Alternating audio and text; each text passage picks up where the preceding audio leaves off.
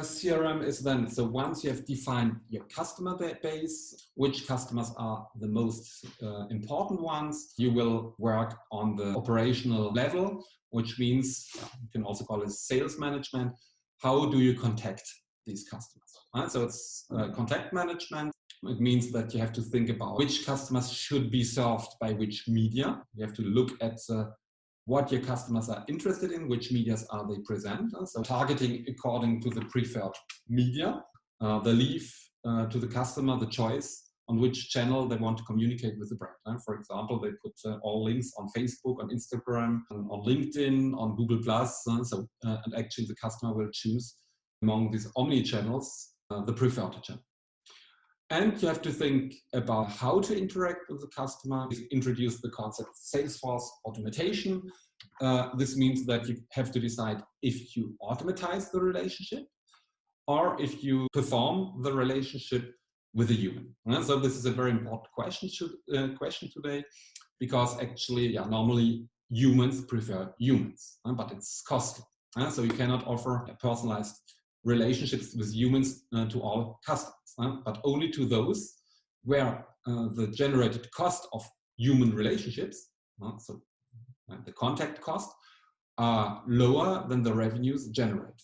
So generally, you only use human interactions for good customers, so for platinum customers, whereas you would rather use Salesforce automation for lower tier customers, so namely Explorer or Ivory customers. This makes you realize cost reductions, so you can cut cost and reallocate these resources better to your top customer. When we say Salesforce automation, it's not about sending out spams to the customers. This is actually what is unfortunately happening. Spam is not a good way of Salesforce automation. We have today better tools, such as chatbots. Chatbots are guided by artificial intelligence, so by algorithms. And in the future, we will even have voice bots. Again, you can now imitate human voices. So these chatbots can be trained. These algorithms can be trained, and they can quite well interact with the customers. Can analyze customer data in order to better know the customer, in order to have a profitable personalized relationships. And chatbots can also be used for, at the moment, low value interactions. And so mainly, for example, information research. So when customers search for information, so chatbot in the airline industry, where the customers can ask the chatbot to find links, airline links to a given destination. And the chatbot is then searching for all the airlines corresponding to the date, to the time, to the destination, in order to give this information to the customer. It's a low value relationship, information research, but it's helping a lot the customers quicker than if you ask a human to do that job. So you can decide to externalize or to automatize low value interactions, such as information research, or for example, even complaint management, where you put the information on a platform, which is subsequently analyzed. I give you another example. If you have, for example, baggage problems with an airline, go to a counter, you can make the complaint by phone, but you will lose more time. But now you can rather go to a platform of the airline and put all the information, the flight number and the complaint problem, put the information on the platform. And this means that you can save time. So all these are low-value interactions which are already handled by chatbots or automatized relationships. For high-value interactions or complicated interactions, you can humans. This is more costly, but it fits better to interactions which are complicated. The idea is to outsource low-value or repeated interactions or information research to chatbots. And to outsource relationships with low-value customers also to chatbots. Also another example, for example, opening a bank account can be done quite easily by customers, so it can be automatized with chatbots. Various personal discussion with a bank advisor in order to advise you how to invest your money, your revenues, is much more sophisticated. And for these tasks, it is certainly better to use humans. And technology advances quickly. So I think in the next 10 years, we will have chatbots or voice bots, which are perhaps even more competent than humans by giving recommendation. The chatbot is learning. It's an artificial intelligence.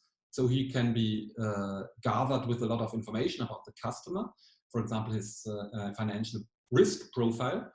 And this information can then be used to do personalized recommendations according to his needs in terms of financial products, lesser risk. So for example, a customer who is quite prudent and not very risk prone, he will get recommendations by the voice of the chatbot about low risk investments, whereas high risk prone customer would get more profitable investments, which are more risky. And all this can be imagined in the future by and done by a chat. To the cosmetic industry, they have already online advisors where you have a kind of magic mirror.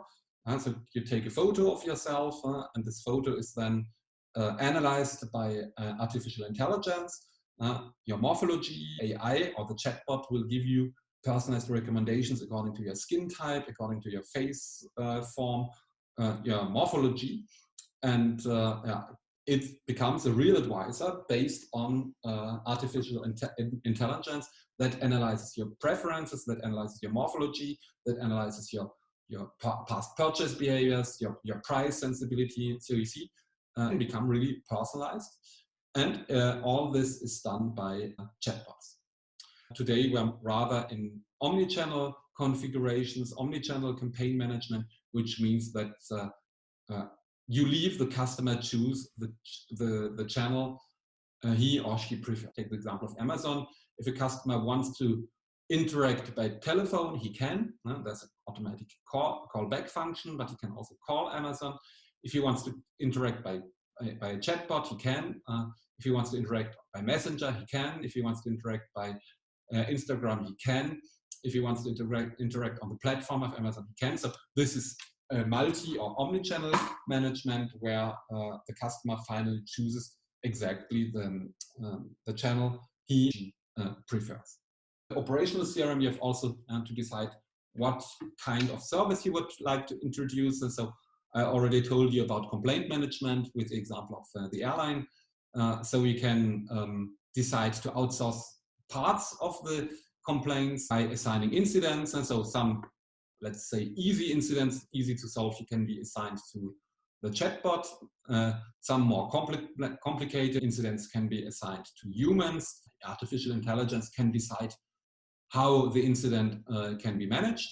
And the artificial intelligence will also decide which customer will be managed only by a chatbot and which, for example, top customers will be managed by humans. Customer service management, this is the key to the proactive relationship with the customers, high value relationship with the customers, and to increase satisfaction. And satisfaction means that customers, the more the customers are satisfied, the more they become loyal. CRM aims rather on customer loyalty than on customer acquisition. And loyalty comes through satisfaction and trust, which can thus be achieved by customer service management. Here you see an example from service and recovery management.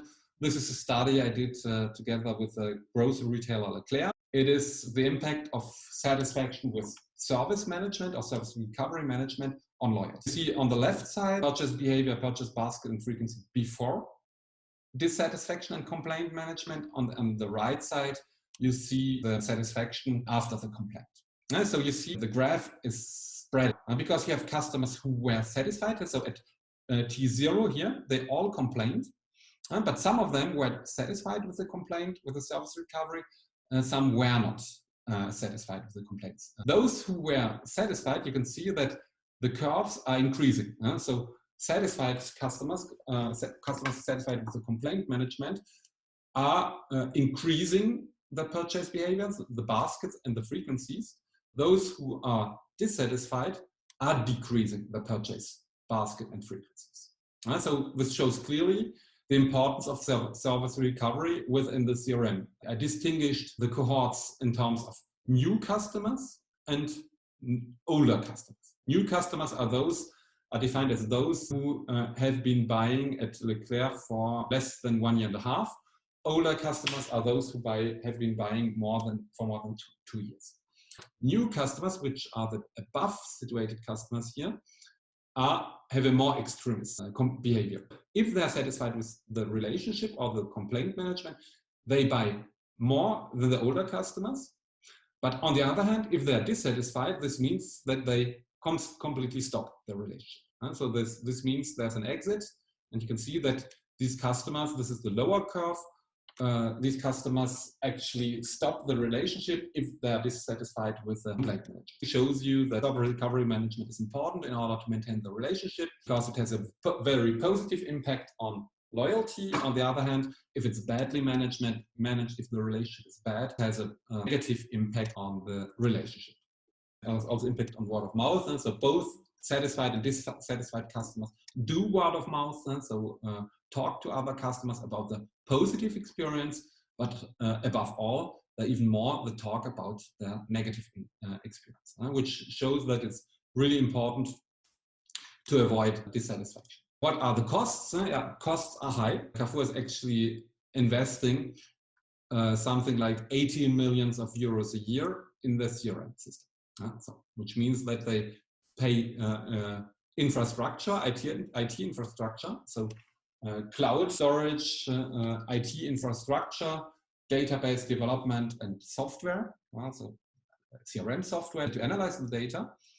So you have to take into account hardware and software components, but you have also to take into account call centers, the advisors, humans that interact with the customers. You have to invest into development of chatbot, knowledge management, data mining, and e-commerce functions if you integrate e-commerce. You have to integrate people costs because all these people have to be recruited and they have to be trained. Customer-oriented firm has to develop people who are able to interact great value to customers. There are process costs related to market segmentation, data analysis, selling process, and the campaign management process. And finally, if you have loyalty programs in terms of rewards, these rewards have costs. This has also to be taken into account. These rewards, and if you take the example of Carrefour, you get money on the loyalty card, and for every euro paid to a customer on the loyalty card, Carrefour has to pay 1 euro. So these rewards are costly. Or if you offer services, for example, in a hotel, you might get an upgrade if you're a loyalty program member. These upgrades have some costs. They also have to be put on the side of customer relationship management. There are different cost elements, and so before thinking of raising an approach, you have to think about the cost side. The costs can be quite high, but the costs are, on the other hand, invest. You take the example of service recovery. This approach is costly, but on the other hand, you see the positive outcomes. So you see that if you have a good service recovery, you make customers loyal, and this brings you benefits on the long term, which is conceptualized under the CLV, or customer lifetime value concept. On the other hand, if you have bad service, you have no loyalty, and this is actually what is happening a lot today.